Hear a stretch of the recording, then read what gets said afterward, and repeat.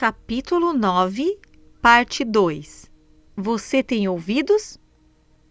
Ouve, Israel, o Senhor nosso Deus é o único Senhor.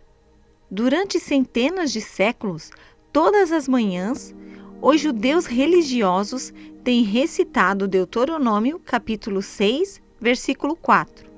Esse versículo abre o Shema, a principal confissão de fé do povo judeu. Amarás, pois, o Senhor teu Deus de todo o teu coração e de toda a tua alma e de todo o teu poder. Deuteronômio, capítulo 6, versículo 5. Shema. A presente palavra hebraica significa ouve tu. E é também uma palavra para nós. A Escritura contém a grande verdade, palavras poderosas que podem mudar a vida se estivermos dispostas a Shema, dispostas a ouvir. Infelizmente, parece que o povo de Deus sempre teve problemas para ouvir. Talvez seja hereditário. Muitas vezes, lemos no Antigo Testamento sobre os esforços de Deus para comunicar-se com seus filhos teimosos. Porém, falando-vos eu, não ouvistes. Antes, fostes rebelde ao mandado do Senhor, e vos ensoberbecestes e subistes a montanha. Deuteronômio, capítulo 1, versículo 43. Porém, enviou profetas entre eles, para os fazer tornar ao Senhor, os quais protestaram contra eles, mas eles não deram ouvidos. 2 Crônicas, capítulo 24, versículo 19. Porém, estendestes tua benignidade sobre eles por muitos anos, e protestastes contra eles pelo teu Espírito, pelo ministério dos teus profetas. Porém, eles não deram ouvidos, pelo que os entregastes na mão dos povos da terra. Neemias, capítulo 9, versículo 30. Não é difícil enxergar um padrão aqui. Quase desde o início dos tempos, o povo de Deus se opõe à obra transformadora de Deus ao recusar-se a ouvir, ao tirar a voz divina da sintonia. Fazemos a mesma coisa quando nos recusamos a prestar atenção à voz do Espírito em nossas vidas. Algumas vezes, a recusa para ouvir é deliberada. Não queremos enfrentar o que achamos que Deus tem a dizer. Outras vezes, penso que é quase inconsciente, vivemos em estado de recusa, pois não conseguimos mais desempenhar nenhuma tarefa que o Senhor deseja que façamos. Às vezes, permitimos convenientemente que a voz de Deus seja suprimida pela confusão de nossa existência diária. Recusamos ouvi-lo, nos ocupando demais com a leitura bíblica e a oração. É quase como se fôssemos crianças insubordinadas, que tapam os ouvidos, batem o pé e começam a zunir bem alto, justamente para não ouvirem o que os pais estão tentando lhes dizer. Independentemente do modo como o fazemos, o resultado final é o mesmo. Quando nos recusamos a ouvir o Senhor, nós o excluímos. Negamos ao Senhor a oportunidade de nos ensinar, de transformar nossas vidas e de trabalhar através de nós para transformar o mundo. Certamente, é por essa razão que Jesus recompensa o ato de ouvir. Por repetidas vezes, o chamado da trombeta de Cristo entre meios evangelhos, repetindo as palavras do Shema. Quem tem ouvidos, ouça. E por 8 vezes em Apocalipse, Jesus instrui sua noiva, a igreja, a ouvir. Quem tem ouvidos, ouça. Ouça o que o Espírito diz às igrejas. Sem sombra de dúvida, o Senhor ainda fala hoje, através das Escrituras, através de nossas circunstâncias. Em nosso coração, através da voz do Espírito Santo. Nós podemos ouvi-lo se desistirmos da rebelião e da recusa. Podemos ouvir sua voz e, quando a escutarmos atentamente, ele vai nos ensinar. Quem tem ouvidos, ouça e preste atenção. Como Deus fala com você? Embora saibamos que Deus fala claramente através da Bíblia, muitas de nós ainda não sabemos como ouvir a voz de Deus em nosso espírito. Como Deus fala com você? alguém perguntou à escritora e palestrante Carole May Hall. Achei a resposta dela imensamente prática e útil. Comigo, ele fala através de um sinal inconfundível em meu coração. Ele nunca falou comigo em voz alta, mas, às vezes, o pensamento colocado pelo Senhor em minha alma é tão vívido que só pode ser dele. Muitas vezes é apenas um pensamento ou uma ideia que flameja em minha mente, e eu sei que vem do Senhor. Às vezes é um pensamento tão diferente de tudo que eu estava pensando, ou tão criativo que eu jamais seria capaz de imaginá-lo, ou ainda, oposto ao que eu queria ouvir de Deus. Quando isso acontece e o pensamento está em conformidade com a Bíblia, sei que ouvi a voz de Deus de um modo inconfundível. Oro frequentemente para que eu possa ouvir a voz divina mais vezes e com maior clareza. Quando não consigo, sei que ele não parou de falar, eu é que parei de ouvir. As minhas ovelhas ouvem a minha voz, e eu conheço-as e elas me seguem. João capítulo 10, versículo 27. Fazendo o que Jesus diz. Apenas ouvir a palavra de Deus não é o bastante, naturalmente. A Bíblia deixa isso muito claro. O poder transformador de Deus em nossas vidas é expandirmos quando não só ouvimos, mas também agimos conforme o que ouvimos. De fato, com a nossa verdadeira recusa em aplicar a verdade divina em nossas vidas, podemos acabar não ouvindo sua voz no futuro. O pecado verdadeiramente bloqueia nossos ouvidos espirituais, da mesma forma que a cera em excesso tapa o ouvido físico. Quando isso acontece, podemos aparecer para ouvir, acenando com a cabeça e dizendo sim, mas não estamos compreendendo absolutamente nada. Pessoas com ouvidos tapados espiritualmente estão sempre aprendendo, mas nunca podem chegar ao conhecimento da verdade, como Paulo escreve em 2 Timóteo capítulo 3, versículo 7. O fato triste é que não podemos ficar acostumadas a ouvir a voz de Deus a ponto de não mais nos comovermos. Podemos nos tornar pessoas como as pessoas sobre as quais Deus nos advertiu através do profeta em Ezequiel capítulo 33, versículos 31 e 32. E eles vêm a ti como o povo costuma vir, e se assentam diante de ti como o meu povo, e ouvem as tuas palavras, mas não as põem por obra, pois lisonjeiam com sua boca, mas seu coração segue a sua avareza. E eis que tu és para eles como uma canção de amores, canção de quem tem voz suave e que bem tange, porque ouvem as tuas palavras, mas não as põem por obra. Essa declaração soa assustadoramente familiar, não? Da mesma forma, soam as palavras de Tiago, irmão de Jesus, e sede cumpridores da palavra e não somente ouvintes. Tiago capítulo 1, versículos 22. Já falei bastante sobre obediência neste livro, principalmente porque acredito que ela seja o ingrediente essencial da intimidade com Deus e a chave para termos um coração de Maria.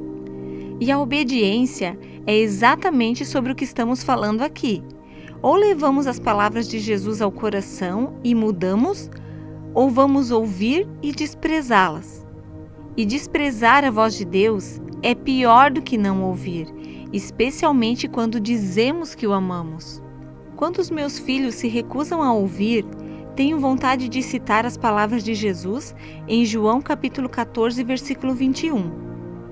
Aquele que tem os meus mandamentos e os guarda, este é o que me ama. Não me diga que você me ama. É o que eu quero dizer quando eles vêm suplicando para assistir os desenhos animados depois de terem recebido a ordem para limparem seus quartos. Obedeçam as minhas ordens. Jesus não mede palavras conosco. Ele diz com franqueza tudo o que realmente é importante em nossas vidas. Ele coloca o dedo em nosso ponto sensível, nos lugares mais afetados pelo pecado, que tentamos esconder com tanta dificuldade. Aponta para o nosso quarto bagunçado e diz: faça isso e viverá. Temos que obedecer, porque Ele deseja que vivamos. Oswald Chambers iluminou minha vida de muitas formas. Talvez nenhuma foi tão penetrante como essa verdade simples sobre a importância da obediência. Todas as revelações de Deus estão seladas até serem abertas por nós através da obediência. Obedeça a Deus do modo como Ele lhe mostra e, instantaneamente, a próxima etapa se tornará acessível para você. Deus nunca vai revelar mais sobre si mesmo até que você tenha obedecido ao que já conhece. Infelizmente, é mais fácil falar sobre obediência do que fazer alguma coisa a respeito. Dissecamos e analisamos a verdade divina, a colocamos em debate e filosofamos sobre ela. Fazemos qualquer coisa, mas não permitimos que ela atinja a nossa vida. O que Jesus realmente queria dizer? Perguntamos uns aos outros enquanto refletimos sobre as palavras de Cristo no estudo bíblico de quarta-feira à noite.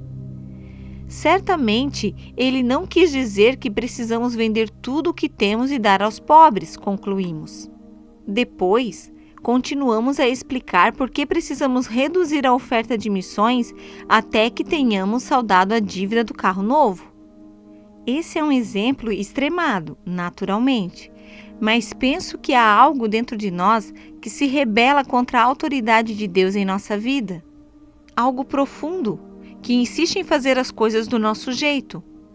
Isso acontece hoje da mesma forma como aconteceu quando Eva resistiu a Deus no jardim, quando os filhos de Israel ignoraram as advertências dos profetas e quando os judeus crucificaram a Jesus. E a pergunta de Pilatos aos judeus ainda ecoa hoje: o que vocês farão com o homem? Conhecer a Cristo significa ouvir suas palavras e obedecê-lo amorosamente. Caso contrário, não o conhecemos de fato. Kathleen Norris, autora de Amazing Grace, A Vocabulary of Faith, Maravilhosa Graça, um vocabulário de fé, descreve uma simples experiência que afetou sua realidade e mudou sua vida. O grupo de mulheres de sua igreja pediu-lhe para conduzir um estudo bíblico sobre o Anticristo, uma tarefa para a qual ela não se sentia preparada. O conjunto de materiais de estudo lhe deu alívio, mas não muita ajuda prática, pois afirmava que até mesmo Agostinho havia desistido do assunto. Ele alegou que a questão estava além de seu entendimento. Então, Kathleen pediu ajuda a seu pastor. Rapidamente ele resumiu e repudiou a tendência que os cristãos têm de sempre identificar o anticristo como seus inimigos pessoais ou como autoridades detestadas por eles. É uma tentação indolor, escreve Norris.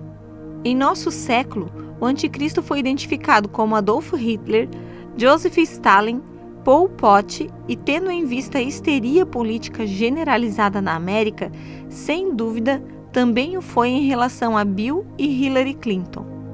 Mas então, escreve Norris, o pastor disse algo tão simples, mas que ficaria em seu coração para sempre. Cada um de nós age como um anticristo, ele disse, sempre que escutamos o Evangelho e não lhe damos ouvidos, recebendo a repreensão. O que acontece quando nos recusamos a ouvir a Deus e agir conforme suas palavras? A Bíblia diz claramente que Deus, como um pai amoroso, vai aplicar a correção adequada às nossas vidas. Porque o Senhor repreende aquele a quem ama, declara Provérbios capítulo 3, versículo 12. Assim como o pai ao filho que quer bem. O nível de disciplina que recebemos depende principalmente do nível de nossa receptividade ao ensino. Quando minha mãe era pequena, bastava que seu pai a olhasse com decepção e ela já estaria nos braços dele, desfazendo-se em lágrimas e implorando seu perdão. Quanto ao meu pai, foi preciso que ele tivesse mais energia com a filha mais velha. Eu não fui apenas bem criada, mas bem disciplinada também. e com muita frequência isso vem à minha mente. Isso também se aplica à vida espiritual. Se estivermos dispostas a aprender, obedeceremos prontamente. Como consequência, a intensidade da disciplina é razoavelmente menor, às vezes indolor.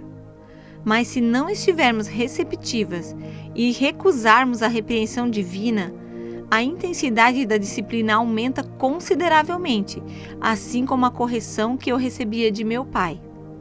Não porque Deus seja implacável, mas porque nossos corações são rebeldes.